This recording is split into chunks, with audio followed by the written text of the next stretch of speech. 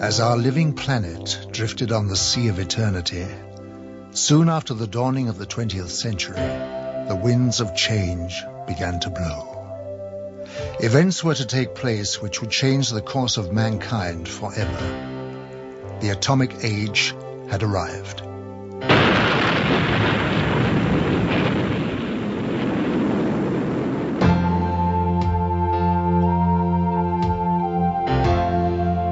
As man detonated weapons of immense power, lights started to appear in the sky in a way that suggested that something was following the course of events.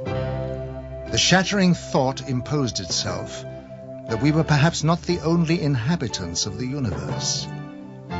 Since the beginning of civilization, we had been watching the stars, never dreaming that they, in turn, might be watching us. History was about to change.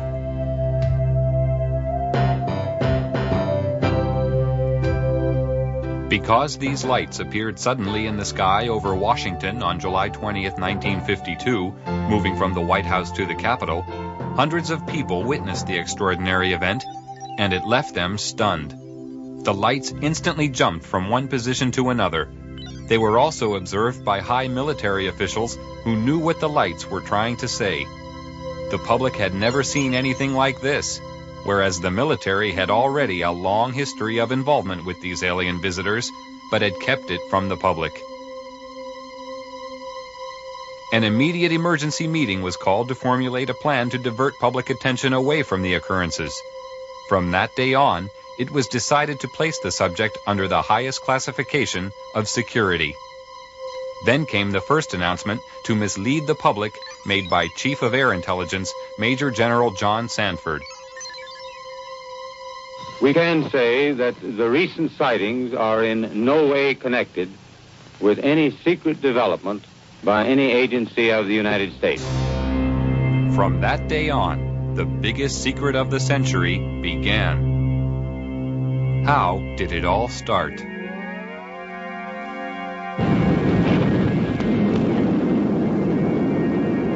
After the first atomic bomb was detonated, more tests were made of the effects on the environment and human subjects to gauge the degree of contamination unleashed. No knowledge of the devastating long-term effects existed at this time. Here in New Mexico, an army base close to a small town called Roswell became the focus of attention on July 2, 1947, when Bill Brazel, a farmer, found a crashed disc-shaped craft on his land. The military arrived on the scene and quickly isolated the spot when they found debris scattered over a wide area. They also found 4 dead humanoid alien bodies who had been ejected from the craft. Because of many recent UFO sightings by the military, they accepted the existence of visitors from outer space who obviously possessed a technology which was far beyond our understanding. Now, for the first time, they had tangible evidence and were eager to learn its secrets. Roswell was the home of the 509th Bomber Wing, the sole American atomic bomber group. Major Jesse Marcel, an Army intelligence officer, was engaged on the recovery operation and asked Walter Haut, the Army Public Relations officer, to prepare a story for the local newspaper. He told me to prepare a release with basically the information that he gave me over the phone. When it was done, to take it into community and hand deliver it to the 4 news media we had in Roswell at that time, which is what I did. The story was published in the local paper. The news was also prepared to be aired by the local radio, but Judd Roberts, the radio station manager, was warned not to broadcast it. Sorry. The question that we ran into is the very next morning, some friendly person, probably from Clinton Anderson's office, called us from Washington and said, we understand that you have some information, and we want to assure you that if you release it on this matter, because it's not supposed to be released, it's very possible that your license could be in jeopardy, and so we suggest that you not do it. And he said, when I mean in jeopardy, like maybe 3 days. Preparations were made at Roswell Army Base for the transport of the wreckage. Robert Shirkey witnessed the secret handling of the parts. They came in the front door, straight down the hallway, and right out onto the ramp to climb into the airplane. And these were the people that were carrying parts of the crashed flying saucer at that time, UFO today, that I got to see. And that was the only thing I got to see. And it was very short, very quick. Colonel Blanchard, in order to get out of their way, had backed into the doorway of the ops office. And I stepped up to him and I said, "Colonel, turn sideways. I want to see too." On instructions from the Pentagon, Thomas Jefferson DuBose and General Ramey created a cover story saying the crashed object was a weather balloon. We used that in order to assuage the curiosity of the press. The wreckage was loaded back onto an aircraft and flown out under cover of great security and secrecy to Wright-Patterson Air Force Base. The pilot kept silent for several years, but informed his wife after the story appeared in a newspaper. I guess now that they're putting in the paper, I can tell you about this. I wanted to tell you for years. He said, "I want you to read this article because it's a true story." And I not only know that it's true, but I'm the pilot who flew the wreckage of the UFO to Dayton, Ohio. Wright-Patterson Air Force Base was considered the most technologically advanced research center in the United States. The wreckage of the Roswell crash was dismantled for analysis. The matter was considered of such importance that the orders came directly from President Truman. Under the cover of the CIA, Truman created a group called Majestic 12 for dealing with and covering up all information about UFOs. President Truman gave the task of handling UFOs only to the highest-ranking generals. After the Roswell crash, a special group of scientists was formed and facilities built to be prepared to deal with any further UFO crashes which would occur. Wendell Stevens was a lieutenant colonel in technical intelligence in the U.S. Air Force and is now a UFO investigator. Now having an extraterrestrial vehicle and some bodies in their hands, didn't know when the next one would come down, where they came from, what they were going to do about it. There were a lot of unanswered questions. And the United States was in a turmoil at the time administratively because we were shifting from a war economy and a military-industrial command structure to a civilian structure. So the military was still dominant, and they wanted to keep control of this until they knew what was happening. So they created, and remember, General Marshall was our Secretary of State at the time. He was a five-star general. These people selected certain representatives from the military-industrial complex that they controlled, generals and admirals and certain scientists that worked with the military and worked with industrial planning. These men were designated as a task force to take charge of any event that followed. And one did. Almost a year later, on the 25th of March of 1978, the next one came down, 1948, the next one did crash, and it came down under observation by radar, so that we knew where it landed at the time that it struck the ground, and a helicopter was over it in less than an hour. It reported what it observed, and the plan generated by these people from the military-industrial complex after the Roswell crash was immediately put into place. All of the generals and admirals and advisors and scientists were contacted and ordered to proceed to a base in Colorado, where they were picked up and driven to the crash site.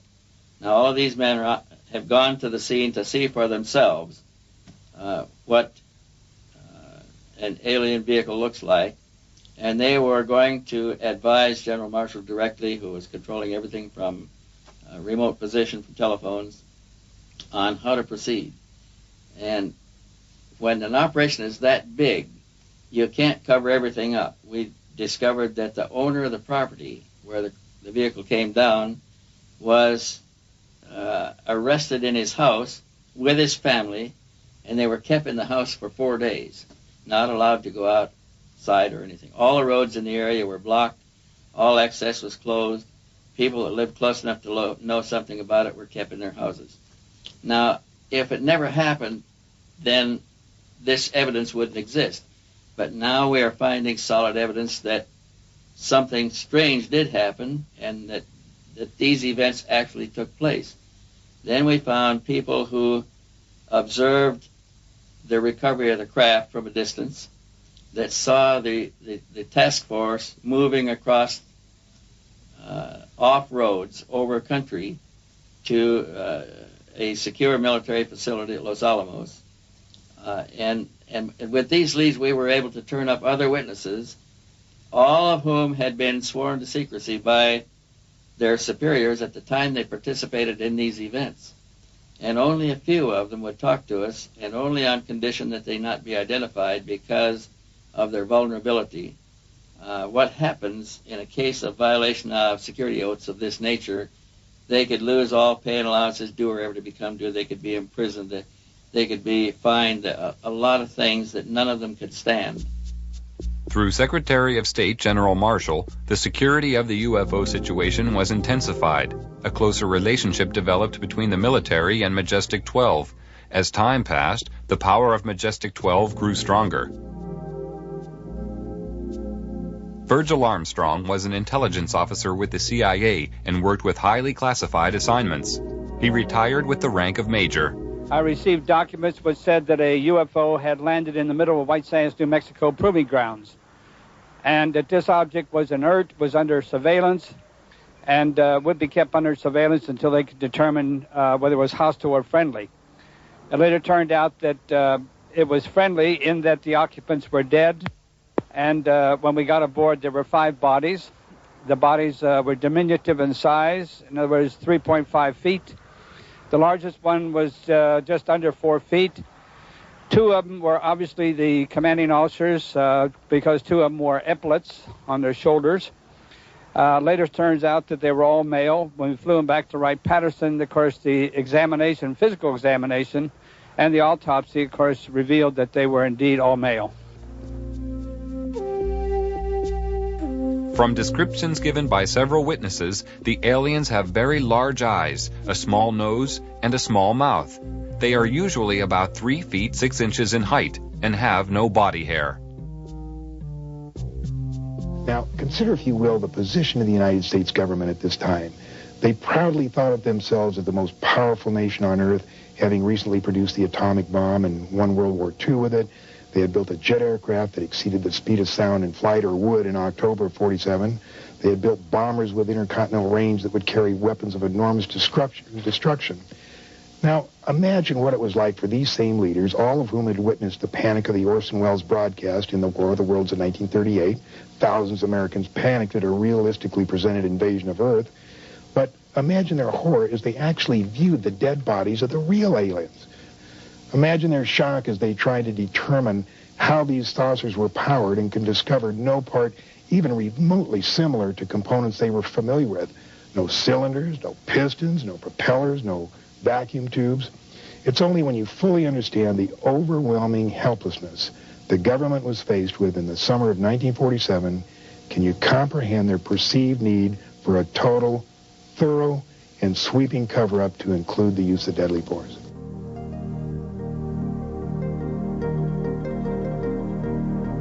Increasing numbers of civilian witnesses reported seeing UFOs between 1945 and 1950.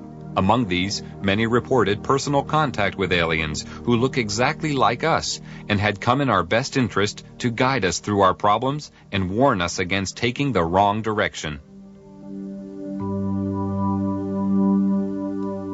Many of our race already exist on your planet, living and working among you for the purpose of giving advice and guidance to a limited number of individuals with whom they make contact. The people contacted know we are among you, and have been chosen because of their awareness and understanding of the higher cosmic laws. Your society is not yet ready to be made aware of our presence, but as your evolution progresses, we will reveal ourselves. Your authorities persist in trying to entrap our kind with the purpose of obtaining knowledge for aggressive means. This cannot be permitted to occur, and is the main reason for our secrecy.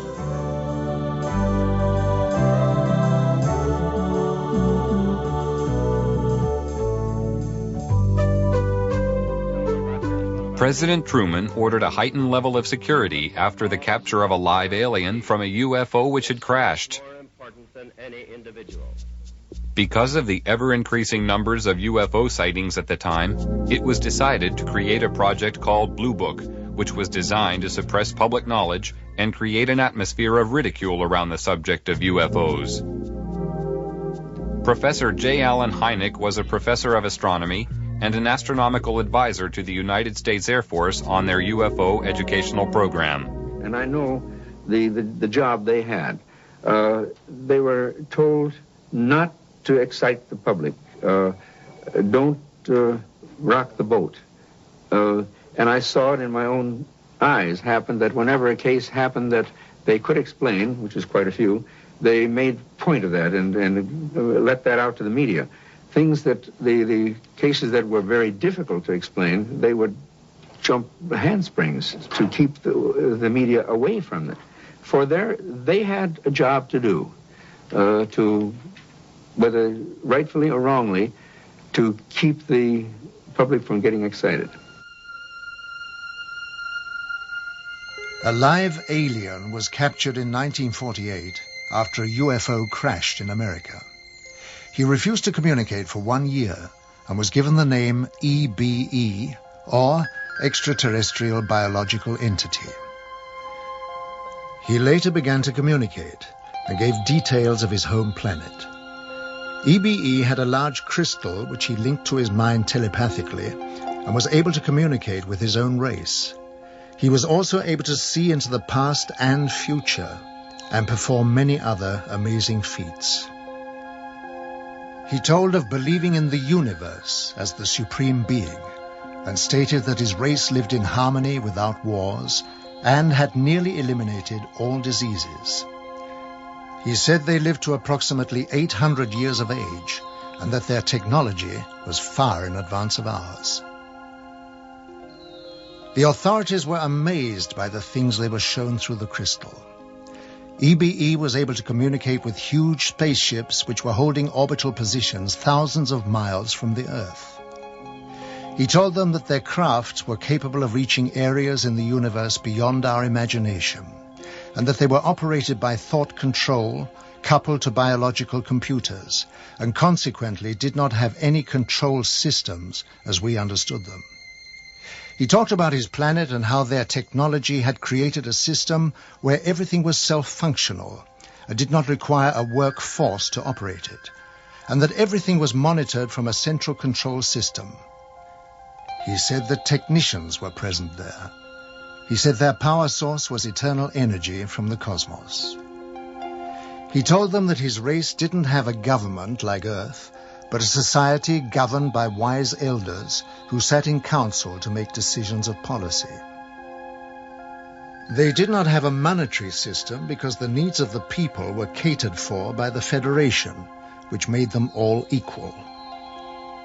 At the request of the aliens, a meeting was arranged with President Eisenhower in 1954. It took place amid tight security at a secret location.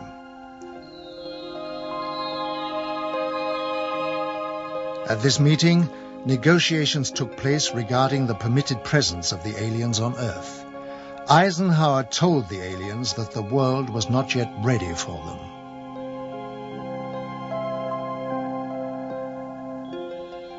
Eisenhower witnessed an alien demonstration of technology and power at Muroc Dry Lake, which is now called Edwards Air Force Base. I believe we made a deal, and the deal was that in exchange for super technology, super weapons technology, we would agree to ignore the abductions that were going on. He made it more military-oriented than, say, a civilian president would have. And it's this, I think, that has let his actions let the real power of the executive office slip through the hands of the president into MJ-12. The President of the United States does not have a high enough clearance to know the whole thing. And it's interesting to note that above top secret, there's 38 levels of clearances. Eisenhower's the last president to have a full briefing on the alien problem. There was a disdain of elected officials throughout the intelligence and military communities, and they just didn't like elected officials. So every president since then has not had high enough clearance to know the whole problem. Now they know there's aliens, they know we've recovered saucers, and they know that we're trying to get technology. But there are certain other things which probably only about 25 people on the face of this earth know. When members of our race visited the Earth, we told you we had a technically and emotionally advanced order who had made the mistake of permitting our technology to stifle our emotional role. Through the course of time, we had become totally devoid of any emotional instinct and were unable to experience love, hope, or joy. The result of this was a race which had become totally mechanical and had lost the reason for existence. We need help, and we looked to the human race for help, because we realized that all the higher emotions were still alive on Earth. We requested the facilities and material biological assistance necessary to transfer the DNA to our race, to assist us in evolving again. The loss of our emotions was a gradual process which came about silently, without us being aware of it, until it was too late. We now realize that emotion is the greatest gift any creature can have, and without it, existence has no meaning. We need to feel the joy of love and beauty, and to be able to be happy or sad, or even cry and show affection to our own kind, to bring back the spirit of friendship and loving harmony to our world. It is rather problematic about talking or analyzing possible reasons for extraterrestrial visitors. What is the purpose? What are their intentions? If we speculate about the motives of extraterrestrials, we can only do it from a human point of view. However, we must really accept also the possibility that extraterrestrials are, from their mental makeup, from their psychological makeup, so different that motives cannot be compared. They may be completely unemotional in investigating human civilization. They may have no emotions like pity. They may have no emotions like happiness. So the speculation is difficult. When coming down to Earth, it ceases to be free space, with systems to monitor every move. I happened to see flying saucer on several occasions on the radar. I even intercepted with 4 jets in '55, and it was clear to me that the saucers we intercepted could hear what I told the pilots, because they reacted on my instructions to the pilots. It was one day when one of my people in the radar called me and said, "Major," I was captain at that, "Captain, we have something on the screen which passes with a speed of 18,000 kilometers per hour. Impossible. Nothing could fly with that speed. I went out there. Yes. They were passing with 18,000 kilometers per hour. All of a sudden, after some while, they did not pass anymore. They were stationary around the field. And they came and they left without we could see it. All of a sudden they were there. All of a sudden when the sweep came around, they were gone. I contacted the operations officer and the station commander. They both came out and they wouldn't believe me. I said, "Give me 4 aircraft and I'll intercept them." Okay. Sometimes there were about 20 objects around the field, and sometimes we were down to a few. It was fog, and therefore a lot of people afterwards said, oh, it was inversion, but it was not. It's proven afterwards it could not be inversion, which is a meteorological phenomenon. So at 11 o'clock I had 4 jets at the runway, and at 11 o'clock the fog lifted so we could take off. And I ordered the 4 jets to take off. In that moment there was 12 objects around the field.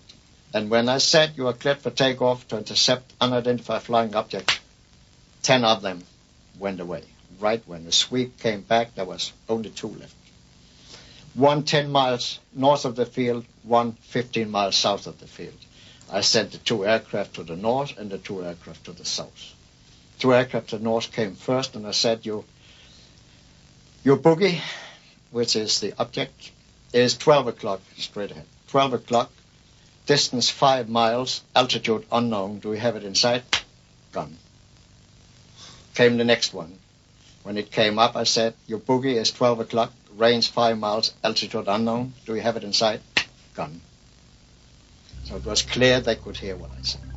But while the visitors monitor our every move with their superior technology, being technically advanced does not always ensure their own safety. This was proved by the UFO crash in the Kalahari Desert in 1989. One of the most documented cases of all time referred to a 60-foot wide spacecraft which was forced down on the border of South Africa. This craft impacted with the desert at high speed, causing a crater 450 feet in diameter and 36 feet deep. Official military documents reveal that the craft entered South African airspace at 1:45 p.m. on the 7th of May 1989 and was intercepted by 2 Mirage jet fighters. Because the craft failed to respond to communication, one of the fighters was ordered to attack the craft with an experimental laser cannon. This caused the craft to lose altitude and crash. After the craft was retrieved, it was removed to a secret Air Force base, and on arrival at this base, it was found a door had partially opened in the side of the craft. Hydraulic pumping gear was brought to the scene, and the door was forced open.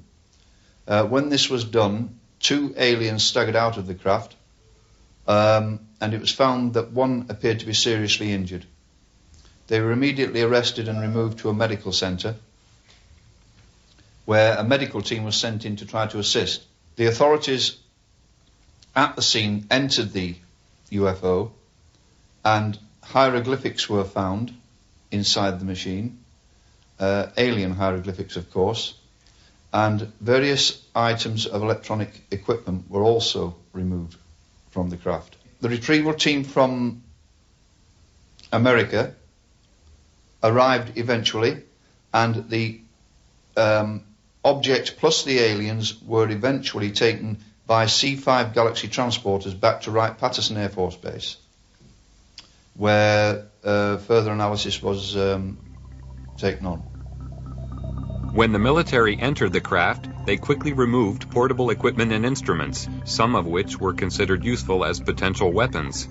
This was not certain at the time, but was clarified after scientific investigation. Also found aboard the craft were a series of hieroglyphics, which indicated that the aliens had a written form of communication. The writing gave the impression of an alien alphabet, but it is not known if any of the scientists present were able to understand its meaning. Data found on the craft were stored on a system of silicone slides. It was obvious to everybody at the site that they were dealing with a very advanced technology, including the propulsion system.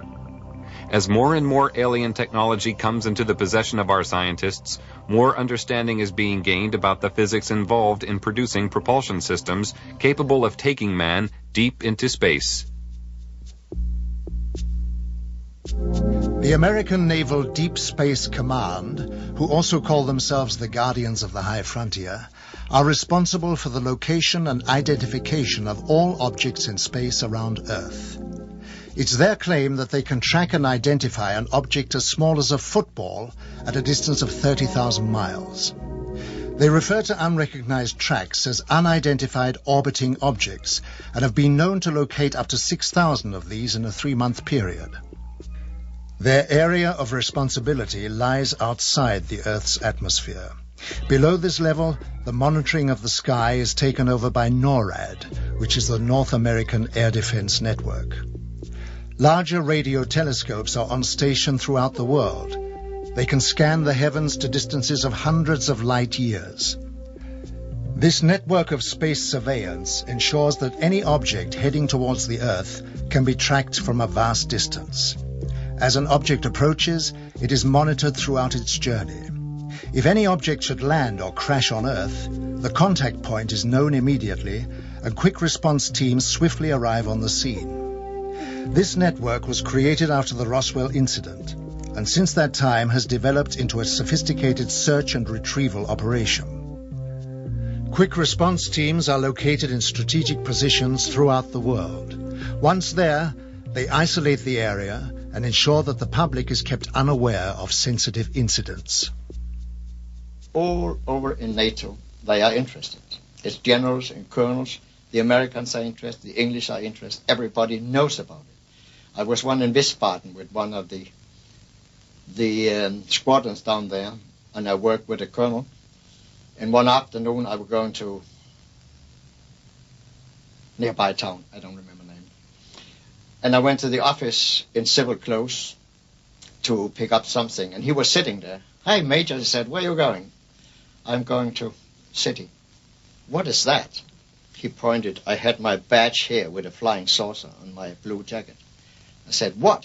"That, damn it, that." I said, "Nothing. It's a flying saucer." I said, "It couldn't be. You Americans have proven they don't exist." "Shut up," he said. He took the telephone and rang. "Jack, Pete, come on now." And in a sudden, we had 5 officers and himself. And we talked for 3 hours. And they knew exactly as much as I did. So everybody knows about it. And it is not illegal. And you are not disliked. I have talked with generals for hours, not on my purpose. They asked me to talk with them about it. They have received my magazine, UFO Contact, for years. So they are interested, but since the public opinion is secrecy, they can't go any further. Although many years have passed since the beginning of the UFO era, the veil of secrecy has remained to keep the public uninformed. Despite the suppression of information, millions of people throughout the world are still seeing and reporting the presence of UFOs in our airspace, and many more millions are now firm believers in the presence of extraterrestrial flying machines. They know that UFOs exist. I think what has happened over the years, the government has lied so much that they have painted themselves into a corner, and it's almost impossible for them to tell the truth today. The biggest secret in the history of mankind, and the government is not going to let this out. There is no way to get anything out under the Freedom of Information Act. In Russia, the subject of UFOs is now out in the open. Marina Popovich is a retired Russian cosmonaut and fighter pilot. During her military career, she was twice awarded her country's highest military order, Hero of the Soviet Union. She is now one of Russia's leading UFO researchers. 10 years ago, people only made jokes about this subject. Now the attitude to UFOs is very positive. The majority, 80%, think there is extraterrestrial intelligence and that this intelligence is trying to establish mutual contact with us. Now cosmonauts and pilots are more willing to report their contacts with UFOs when they have taken place. Unlike the rest of the world, the Soviet Union has an openness about the subject of UFOs. They even have a monthly television program devoted entirely to it. In the near future, university courses will also be available to study the subject. Several Soviet generals have already stated that there is no question as to what UFOs are. We know they are alien spacecraft. But at the Center for UFO Studies, we have a computerized data bank that now has more than 75,000 UFO reports on it. And what is even more interesting, they come from, by latest count, from 133 countries. When you start reeling off the countries, it sounds like a roll call at the United Nations. And even more interesting, and the just numbers themselves don't mean so much, but the thing that finally convinced me that we were not dealing with nonsense is basically the caliber of the witnesses. Many of the reports are made by highly responsible people, impeccable integrity, people in technical training, air traffic controllers and military and commercial pilots. Finally got to the point, and it took me quite some time. I finally got to the point, however, where I simply said, I can't continue to call these people deluded or nuts. They are seeing something. Something is real. The late J. Allen Hynek was an astronomer, just like I am. His background and mine are very similar. He was for many years a professor of astronomy, and so was I. And what Hynek said was, UFO research is leading us kicking and screaming into the science of the 21st century. Like Hynek, I sought to debunk the reality of UFO phenomena, and like him, discovered just the opposite. Technology has advanced rapidly over the past 50 years for all the world to see. But in secret locations, amid tight security, the true advance of technology is hidden from public knowledge. From one such location came the stealth bomber. This futuristic aircraft is the only type known which has the ability to fly into radar-protected areas unobserved, almost without sound, to perform whatever task is necessary. The technology used in the production of the aircraft is a giant leap forward from conventional technology, and the question has to be asked, where did it come from? At one super-secret U.S. government test facility situated in the Nevada desert, strange glowing lights are regularly seen performing aerobatic displays which are far beyond the capability of our known aircraft. They seem to be intelligently controlled. Can this be yet another example of some secret, very advanced technology, or are the authorities hiding some exotic foreign contrivance? Here at Area 51, also known as Dreamland, is the most highly protected and secret facility in the whole of the United States. Bob Lazar, a physicist, worked on special projects within this complex and felt compelled to reveal what he saw.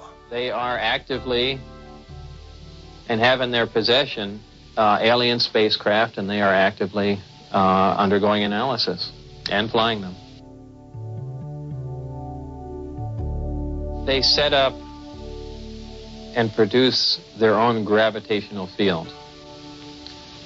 Just as the Earth holds all matter down, they produce that same field, but out of phase, and it repels itself. The effects that can cause, the way in which everything operates is by all intents and purposes, magic. I mean, it is so far beyond our level of technology. Why is such technology available only to the few and not to the whole of mankind? Have we the right to know? Are we ready for it yet? Or is the race for technological advantage more important? Why keep a secret about probably one of the most important events in history, that there's been contact from an alien civilization? It's a significant event in history, more significant than anything. With the tremendous distances involved, travel to the stars would seem impossible. But with man's endeavor and resourcefulness, these problems will be overcome as they always have been in the past. Scientific estimates tell us that there will be a breakthrough in space travel in the near future.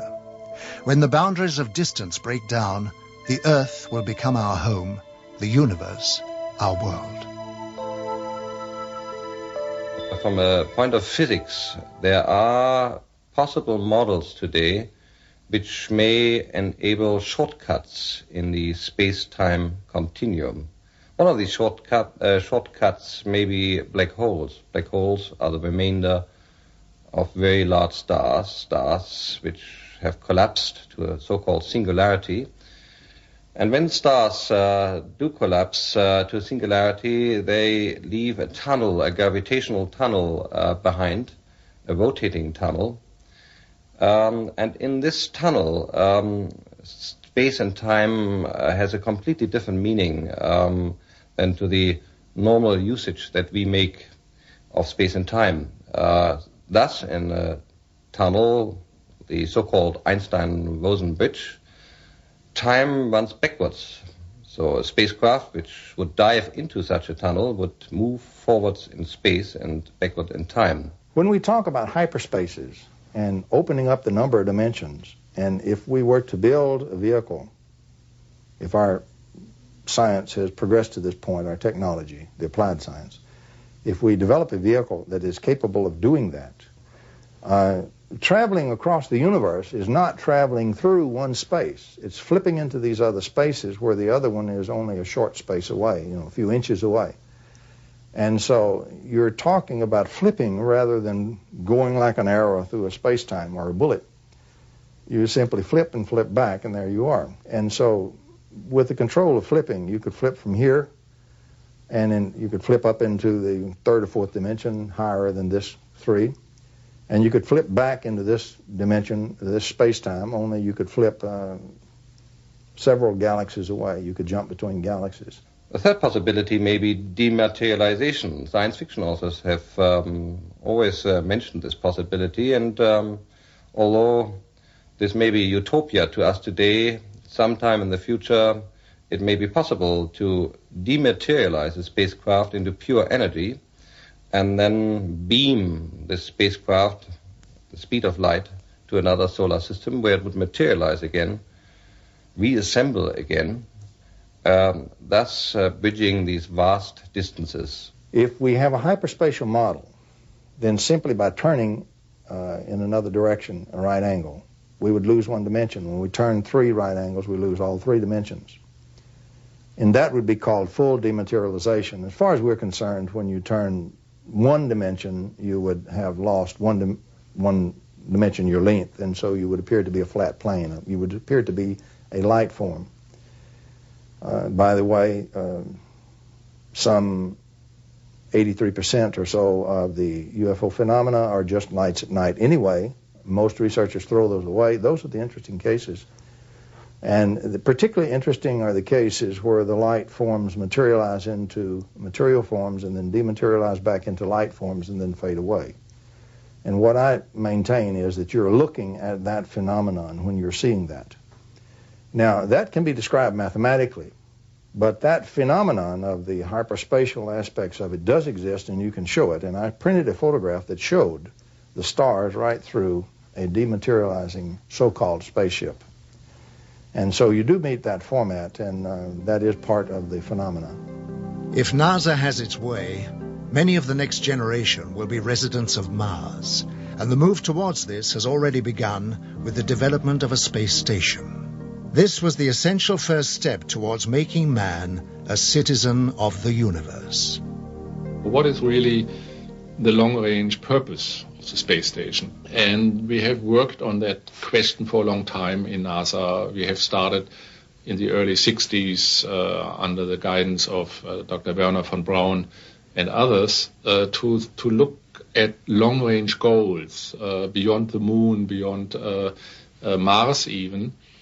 And only recently, in fact it was July 20th, 1989, the 20th anniversary of the landing of Apollo 11 on the moon, that President George Bush proposed a new program, a long-range program, with a goal to return to the moon and eventually go on to Mars, to the United States, as a long-range commitment. And as we develop the space station itself will be used as a test bed, as a laboratory to test new technologies.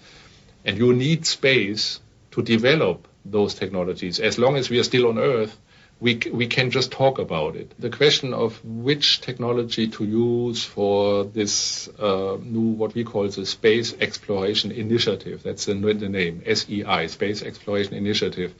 What technology to use in the area of propulsion or life support or materials and structures and power and communications is being analyzed and investigated by NASA right now.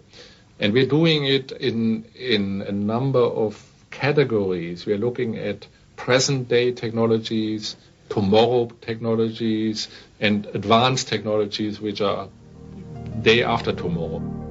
What was yesterday's science fiction is today's very palpable truth. Grandfather's spine-chilling fantasies have become an indispensable part of modern life. Jesko von Puttkammer was NASA's advisor to the creator of Star Trek, Gene Roddenberry.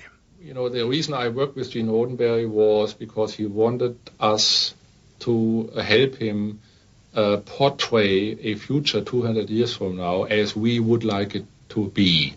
Very positive, technology having become our friend instead of our enemy, technology as a partner of humans. And of course the story itself of this machine, Voyager or V'ger, looking for its maker, its creator, which is really a metaphor of humans looking for their God. And it's the God-seeker story.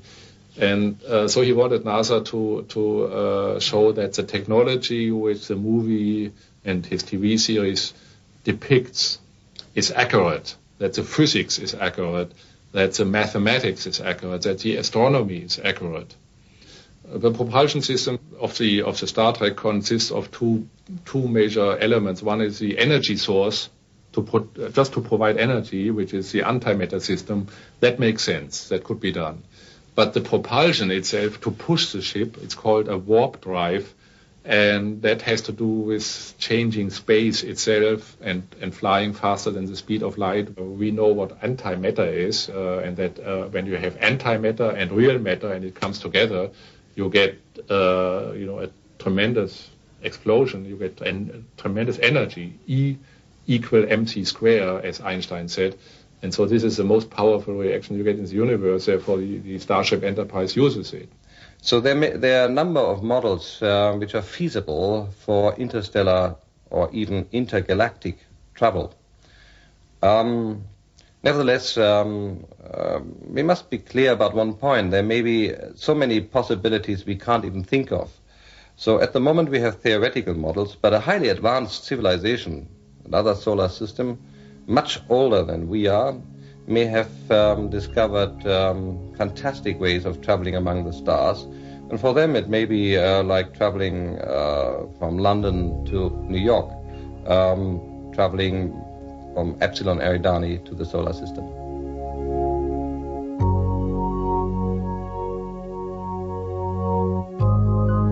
The message from the alien visitors is becoming clear. The human race is producing more problems than it is solving. A change of direction is necessary to guarantee a safe transition into the future. They are here to warn us. They started this program a couple of thousand years ago. They are very highly technical and spiritual advanced. These people have a technique that they can foretell development in cosmos for centuries. And they knew thousands of years ago what were going to happen on Earth. So they prepared for that situation. And we go forward to our time. Now they are here in our atmosphere in large numbers. They have always been here, but now they are here in large numbers to look over what we are doing, simply because they know that we'll kill ourselves. In many ways. If we don't push the button, we'll be killed by poison. If we don't kill each other by poison, we'll kill each other by too many people.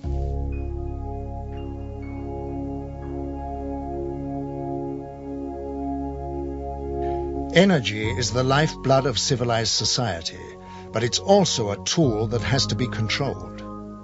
They are flying on what we call free energy. They take it out of cosmos and fly on it. And you could do the same with your boat, your car, your machinery. Everything on Earth could be completely free. Do you think that the oil companies and the coal companies and the atomic and so on and so forth would accept it? Never. Despite our problems, we have gained a new conception of cosmic energy.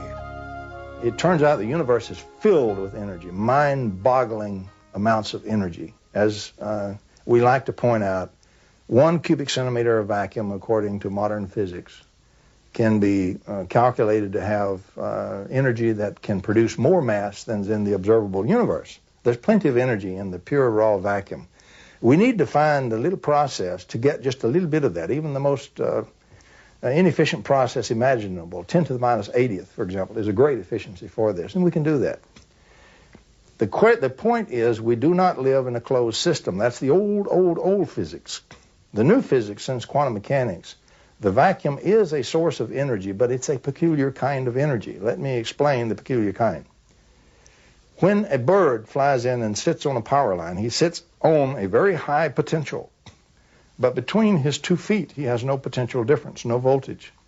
And so even though from the line to the ground, it may be 100 million volts, to use a theoretical figure or a hypothetical figure, the little bird can sit very happily with his feet on this supposed 100 million volt line, and he has no volts across his body. He's very happy and doesn't even know it.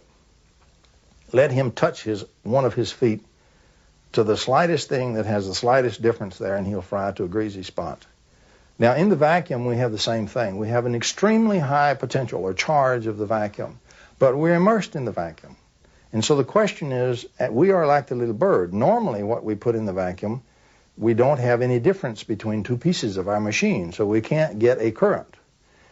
An analogy I use of tapping a paddle wheel in the river, what we tap the energy from is the current of the river, not the pressure in the water. And so our problem is to find a way to tap the pressure, so to speak, rather than the flow, or to convert the pressure into a flow. That can be done, and we can tap the inexhaustible energy that's in the vacuum, and it has been done. And when we do that, we can get plenty of clean, free electric power, right, straight from the vacuum itself. So, do I believe in free energy? I can prove conclusively that the energy is there. Nature has been very kind. We are free to do anything that we are smart enough to discover how, but we've got to use our brain and our mind to discover how. But the mechanism is there for us to do it. I fully believe that. And inventors I work with, I will state point blank, at least 2 of the very brilliant inventors I work with have produced free energy devices that are real and do work, and I personally have measured and dealt with the devices. They're real, they work, it can be done.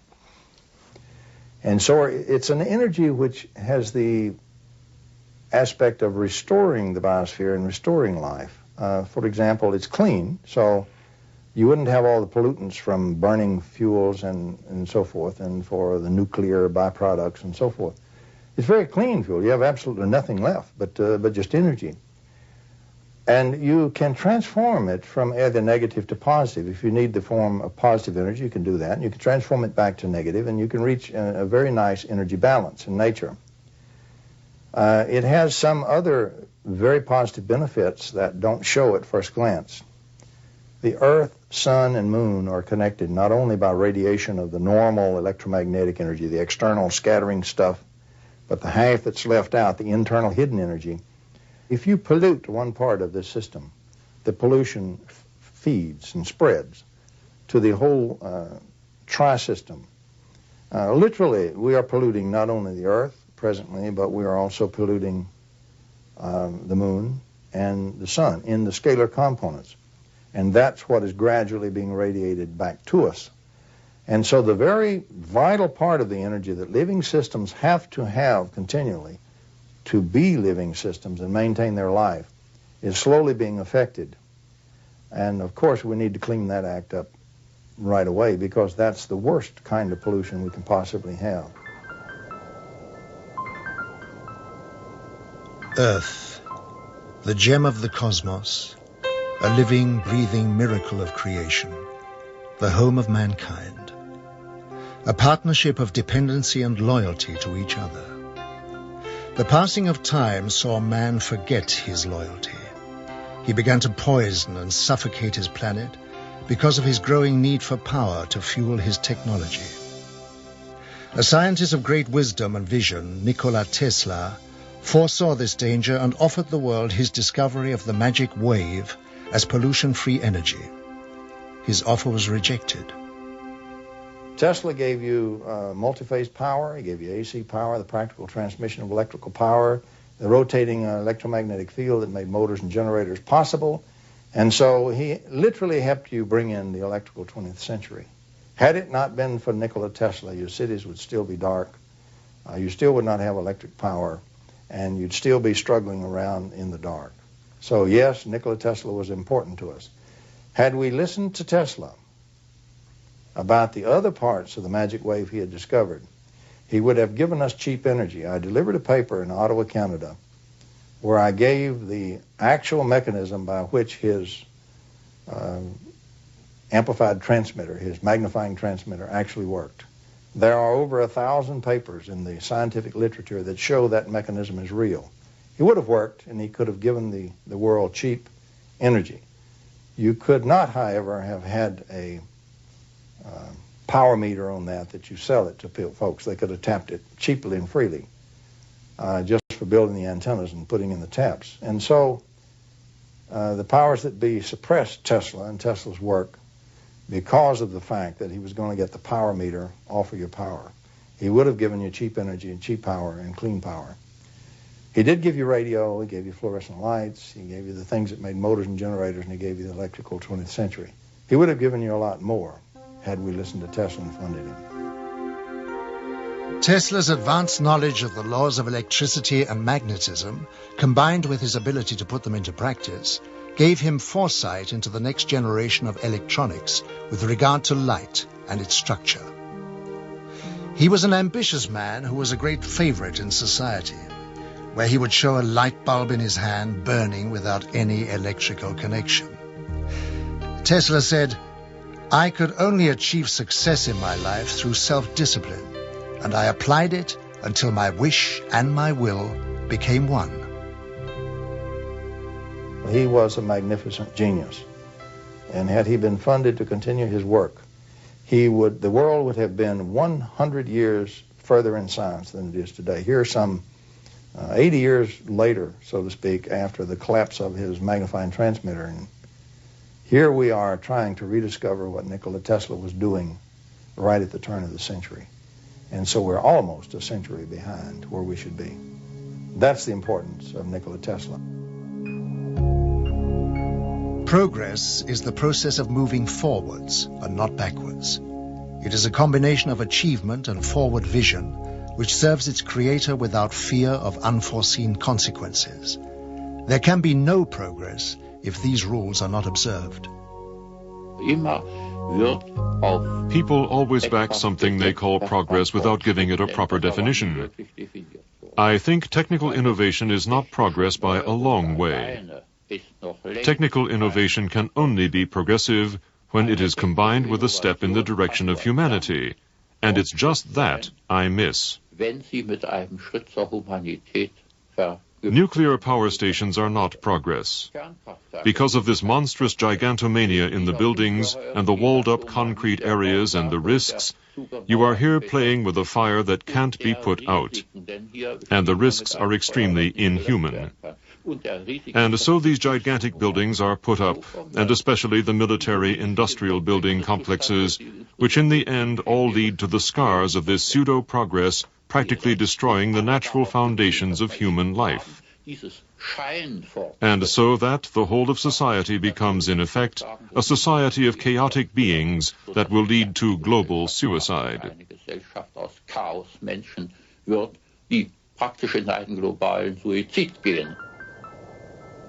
Real progress is being made in a laboratory in Canada. Here, the full significance of the physical laws of light and space have become clear to John Hutchison, and he is utilizing this knowledge to produce cause and effect experiments which lead to an understanding of the harmony of nature. Science, in harmony with the laws of nature for the good of mankind, will hold great values in many fields and would advance its course beyond our present comprehension. John Hutchison has been working in the areas of electromagnetic forces and the changes in the molecular structure of materials for many years.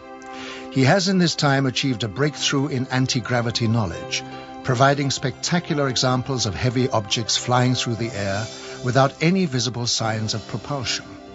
He has also made amazing discoveries concerning the alteration of compositions of materials by subjecting them to a form of electromagnetic bombardment. We're looking at something which you know shouldn't be happening. The result of these experiments showed in graphic detail metal heating to a near liquid state without heat. Hard metals would turn into soft rubbery objects, proving that any substance could change its form if the science involved was understood.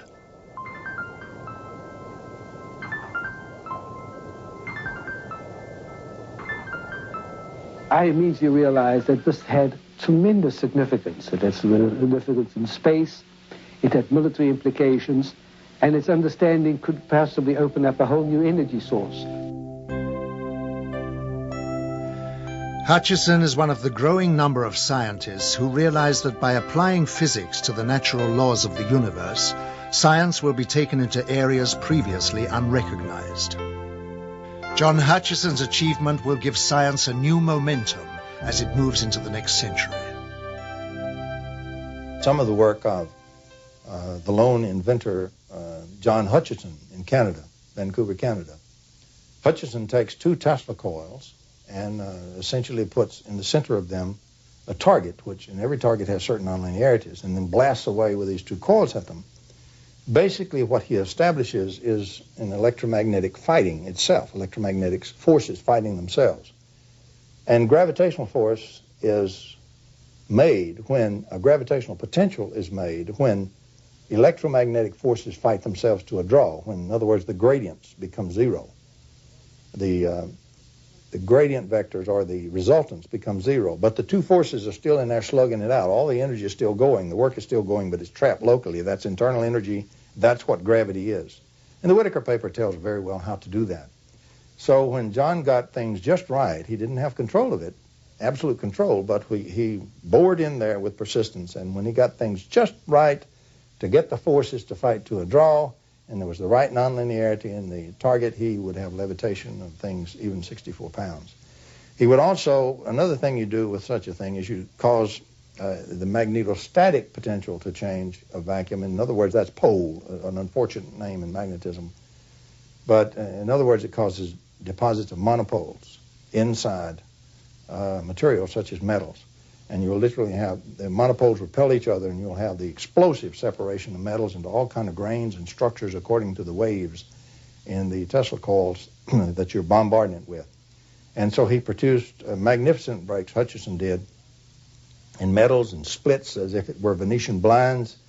And another thing it does, since this stuff comes from the nucleus out, it doesn't go through the electron shells. Its medium is the nuclei. What you have then is you have changes in the atomic nuclei, and which result in lattice changes. You have the production of alloys, which cannot be made in this world with normal processes.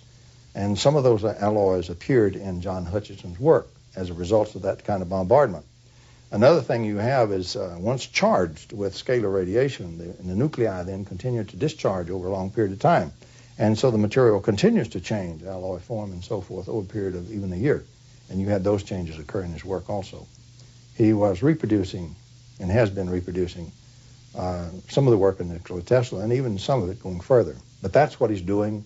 What he's doing is real.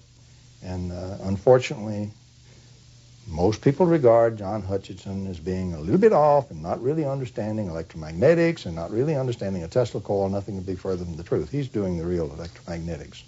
He's doing the kind of electromagnetics they don't know anything about. He's doing electrogravitation and real Tesla work. The technology that we are aware of is quite staggering anyway. But then there is also the technology which the governments are putting together, which we don't know about. And they've obviously got their own reasons for their secrets. But if we had any comprehension of how advanced this technology was, then I think people would then begin to realise that even our own people are far more advanced than they would believe. And once they can realise how wrong they were in this direction, then they can start to wonder, well, if we are as advanced as this and we'd no idea of this, is it not feasible that there is something out there which is more advanced than this? And perhaps all the technologies which are being put together at this moment in time are catching up on our alien friends, which I very, very much doubt. But I'm sure that is the reason this technology is being put together. You've got to realise that things are not always as they seem. And once we can get out of this thinking, out of this box we're in, that there is something more than what we are being taught, what we have learnt. There are things outside the scope of this. Then I think you'll begin to see the potential for people from out there visiting us. And not just now, not newly visiting us, but have been visiting us for hundreds of years. Our presence within your solar system is to observe the evolutionary progress and environmental changes occurring not only to your planet, but to its people. Using a special observational technique enables us to foresee potential difficulties which may arise, and if necessary, give you advice on the course of action you need to overcome it.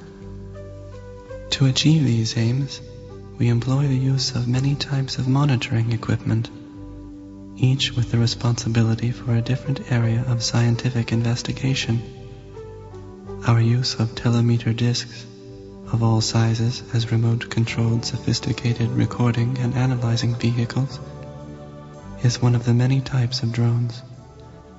We observe every aspect of your world and its inhabitants, from the environmental changes and pollution levels to the microbiological disease potential of mankind.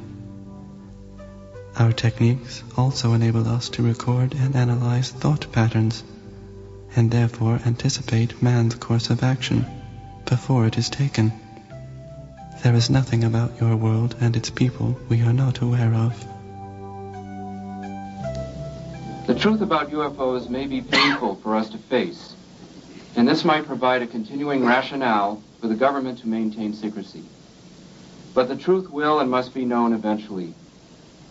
Continuing our denials and fears, in my opinion, are only adding to the problem.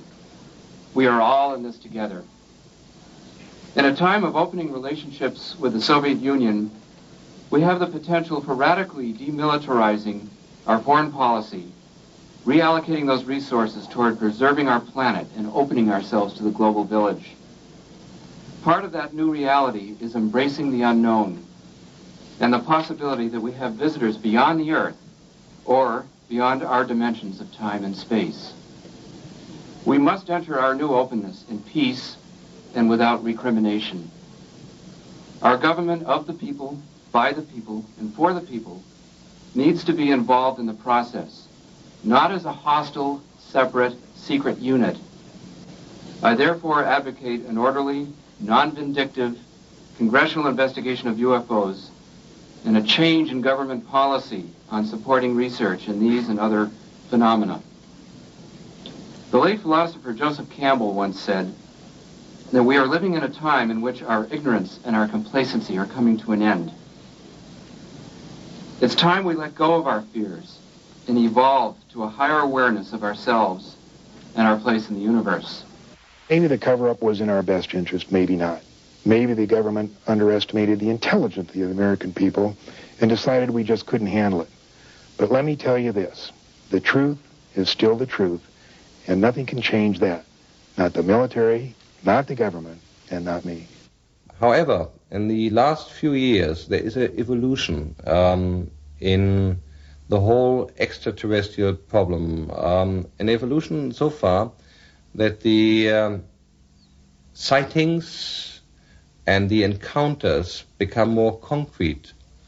We accumulate more and more cases where we get more and more information. More information is released by the governments. We know now that there was a cover-up for so many years. We have always speculated about this cover-up. Now we have proofs. We know that the secret services, not only in the United States but in other countries, have really fooled the public. And very likely extraterrestrial visitors know about this plot. And it is not surprising that in the last years more concrete information is released. Probably this may be a preparation for official contact. Perhaps it's in the interest of extraterrestrials to establish contact because humankind is in a very difficult position. This does not imply that we must depend on extraterrestrials to save our planets. We have to do it ourselves. But nevertheless, we are in a phase where we possibly take the next evolutionary step, a step that is so important because it will decide whether we will survive or simply vanish. I oscillate between pessimism and optimism, and there's every reason to be pessimistic about the future. I mean, every sign of disaster is coming upon us ecologically, population explosion. You know, there's so many reasons why the present system can't continue. So the real question is whether humanity becomes extinct, civilization collapses, whether that happens, or whether somehow we go through a crisis and emerge into some new relationship with each other and with the natural world and with the spirit that lies behind the natural world and works within it. And I'm an optimist, so I hope that sooner or later we'll arrive at this new state of harmony. But I don't think we'll arrive at it just by waking up one morning and finding it's happened. I think that we'll have to go through a crisis first.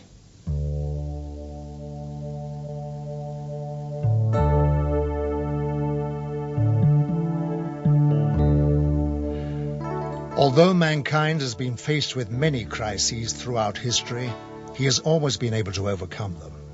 Today, the vast power and unlimited potential of man's mind is understood. In fact, he's created computers that can pick up and even reflect his own thoughts. Man is a complex whole, possessing the capability to make matter visibly change. With the power of his mind, he can tap the energy source of the cosmos to manifest all possible necessities of life for himself. Thoughts are energy. Energy influences matter. The technology involved is one of peace, as it eliminates war. And it's only a matter of time before everyone discovers this ability. If we can create in the laboratory, without any doubt, a mind-over-matter interaction that's a few parts in 10,000, certainly all you have to do is extrapolate that a little bit to come up with a mind-over-matter mastery that could happen later in our own development, and certainly what seems to be true in some of the UFO visitations. And of course also we have various case studies like Sai Baba being able to materialize and dematerialize things in his hand, or various forms of levitation. These are all things that are very real. They're not, drummed up by people. It's just that our ability to face that reality has been quite compromised. I should have known all along that the so-called new physics, in a way, actually makes all of this possible. That in a way, we physicists have kind of forgotten what we're all about. Einstein one time said that the whole purpose of science is to awaken the cosmic spiritual feeling. And we scientists are among the last to embrace that.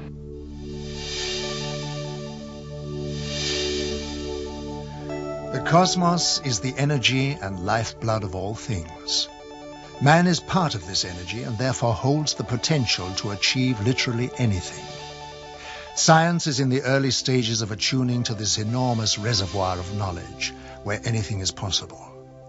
Our comprehension of such things is limited only by the painful realization of change. The idea of a living cosmos is such a new concept that we have not accorded it its rightful place.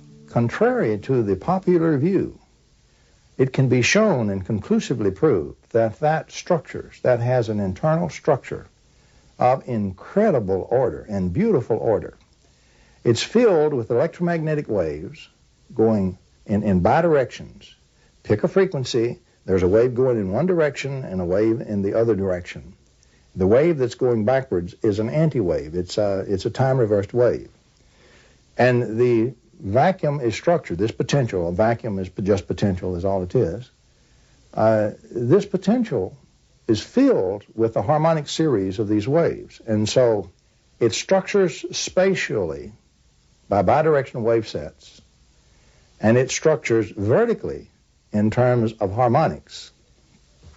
Now, if you then invoke this structure, and you do that with a nonlinear material, and you put in one wave in the nonlinear material, that material will take from the vacuum that excess structure because it turns everything into a potential, and it will put out multiple frequencies and harmonics.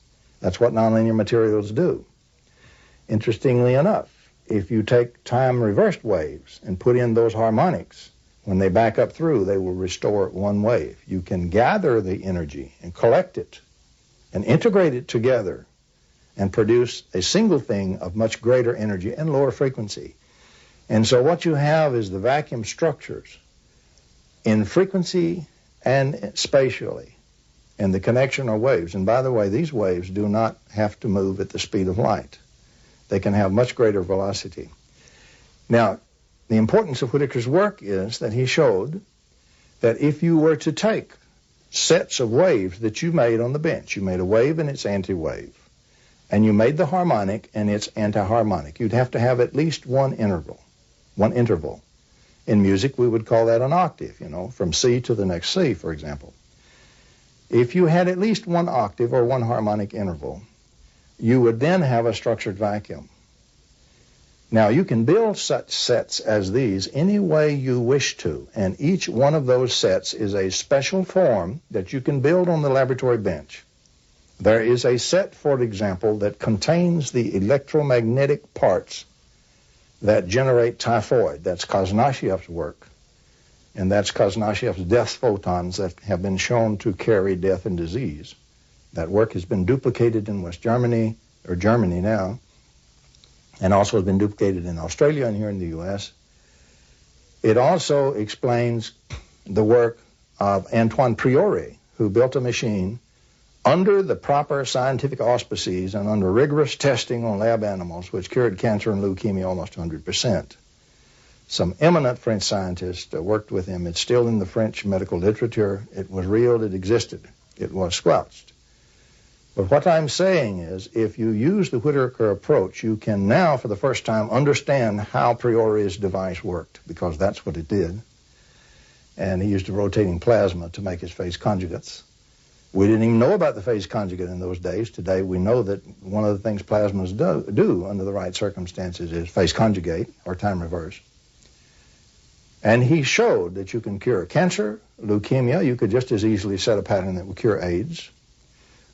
He showed you could clean out clogged arteries.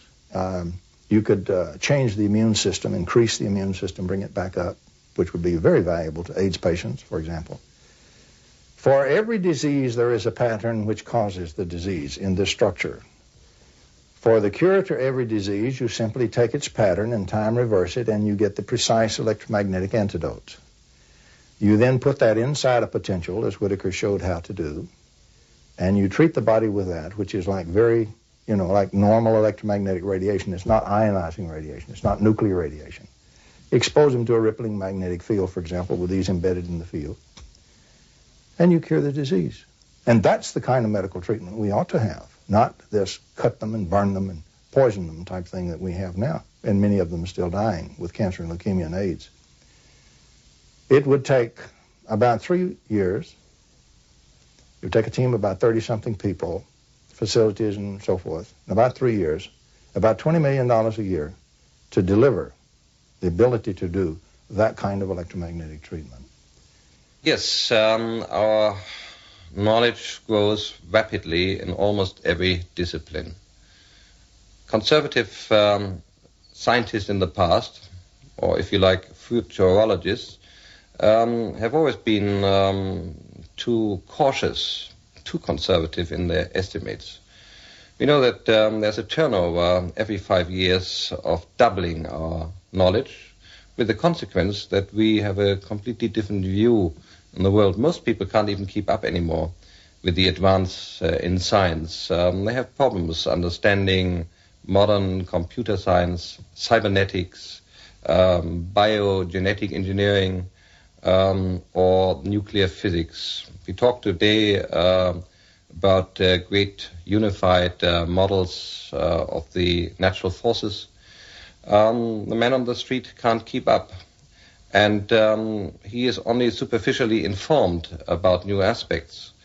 We don't know what will happen in 20, 50, 100 or 1,000 years. However, there's one thing we do know, that whatever happens in the future, science will have advanced far more than we can possibly think of today. And no imagination, no fantastic model that we may produce today will justifiably come close to the actual advance in 1,000 years. We really do have, right now, available to be born, a completely new and drastically extended and drastically more capable physics, which unfortunately 4 nations of the world have weaponized but kept secret from their citizens and from the rest of the world. And what I am saying is that it's high time that instead of just using this in secret to build more weapons to kill more people and hurt more people or control more people, what we need to do is bring this out in the open and let's use it for the positive benefits, to heal people, to give them cheap energy and clean energy, to clean up the biosphere, to clean up our whole act, to be able to heal all these diseases and this kind of thing. That's what I'm saying we've got to get on with the job.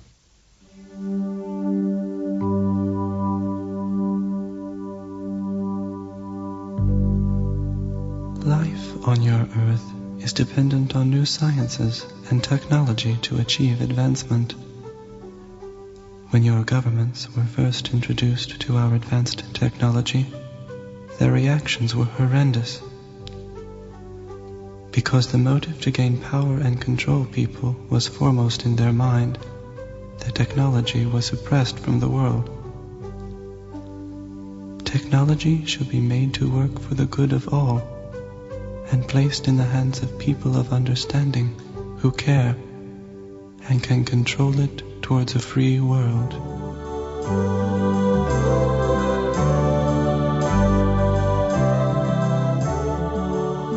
I think the first point in overcoming any difficulty or any problem or any crisis is to have the faith that something better is possible. Without faith, without trust that it can work out better, without the vision of something greater, it won't happen. So I think we have to have some kind of vision, some kind of faith.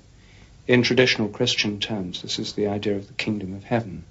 And most visionary schemes in the West are under the influence of this Judeo-Christian model, that at the end of history there'll be a new era, a new dawn, a new age, the kingdom of heaven. A utopia. Well, I mean, there are many different ways of formulating this. We have to think this. I think it's built into our whole civilization. It's very difficult for us not to think this. Or at least if we don't think it, we despair.